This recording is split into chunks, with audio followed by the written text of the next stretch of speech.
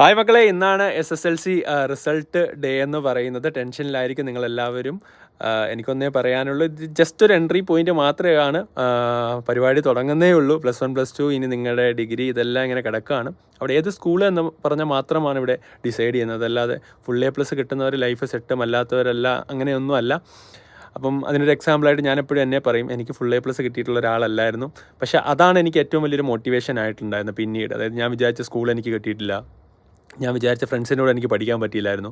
പക്ഷേ പിന്നീട് അതെനിക്കൊരു മോട്ടിവേഷനായിട്ട് മാറിയിട്ട് ഞാൻ എന്ത് ചെയ്യാൻ തുടങ്ങി, ഹാർഡ് വർക്ക് ചെയ്യാൻ തുടങ്ങി. MBBS എത്തി, ഈ പറയുന്ന പോലെ മെഡിക്കൽ എൻട്രൻസ് ക്രാക്ക് ചെയ്തു, MBBS കഴിഞ്ഞു, ഡോക്ടറായി, സൈലം സ്റ്റാർട്ട് ചെയ്തു. അങ്ങനെ എല്ലാം പോയത് അന്ന് കിട്ടിയൊരു ഈ പറയുന്ന എത്താതെ പോയതിൻ്റെയാണ്. എന്ന് പറഞ്ഞാൽ A+ കിട്ടിയവരാരും എവിടെ എത്തിയില്ല എന്നല്ല, അവരും എല്ലായിടത്തും എത്തിയിട്ടുണ്ട്. അപ്പോൾ A+ കിട്ടിയവരും കിട്ടാത്തവരും ഒന്നും അല്ല ഈ പറയുന്ന പോലെ സക്സസ് ആവുന്നത്. ഇനിയും ഇപ്പം നിങ്ങൾ എടുക്കുന്ന ഇപ്പം ചിലപ്പോൾ ചിലർ ഇപ്പോഴായിരിക്കും ആ എഫേർട്ട് എടുത്ത് തുടങ്ങുക. ചിലർ ഓൾറെഡി ഈ പറയുന്ന പോലെ എടുത്ത എഫേർട്ട് കണ്ടിന്യൂ ചെയ്യുന്നുണ്ടാകും.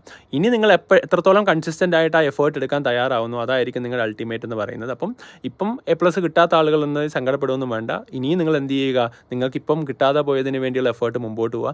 A+ കിട്ടിയവർ ഇതൊന്നും വലിയ കാര്യമായിട്ട് കാണുകയും ചെയ്യരുത്. കാര്യം ഇത് ജസ്റ്റ് ഒരു സ്റ്റെപ്പിംഗ് സ്റ്റോൺ മാത്രമാണ്, ഫസ്റ്റ് സ്റ്റെപ്പേ ആയിട്ടുള്ളൂ. ഇനി ഒരുപാട് ദൂരം പോകാണ്ട് നിങ്ങളെടുത്ത എഫേർട്ടിനേക്കാൾ 10 ഇരട്ടി എഫേർട്ട് എടുക്കാൻ വേണ്ടി ശ്രമിക്കുക. കോമ്പറ്റീഷൻ കൂടി വരുന്നൊരു കാലമാണ്. അത്രത്തോളം ആളുകൾ എഫേർട്ട് എടുക്കുന്നൊരു ടൈമാണ്. അതിൽ ഏറ്റവും ബെറ്ററായിട്ട് മുമ്പോട്ട് പോകണമെങ്കിൽ എഫേർട്ട് മുമ്പോട്ട് പോയേ പറ്റൂ. അപ്പം നിങ്ങളെല്ലാവരും അടിപൊളിയായിട്ട് സമാധാനത്തോടുകൂടി ഇരിക്കുക. റിസൾട്ട് എല്ലാം പോസിറ്റീവ് ആയിരിക്കും.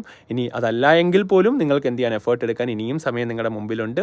അത് ഓർത്ത് തന്നെ എല്ലാവരും സമാധാനത്തിലിരിക്കുക. All the best guys.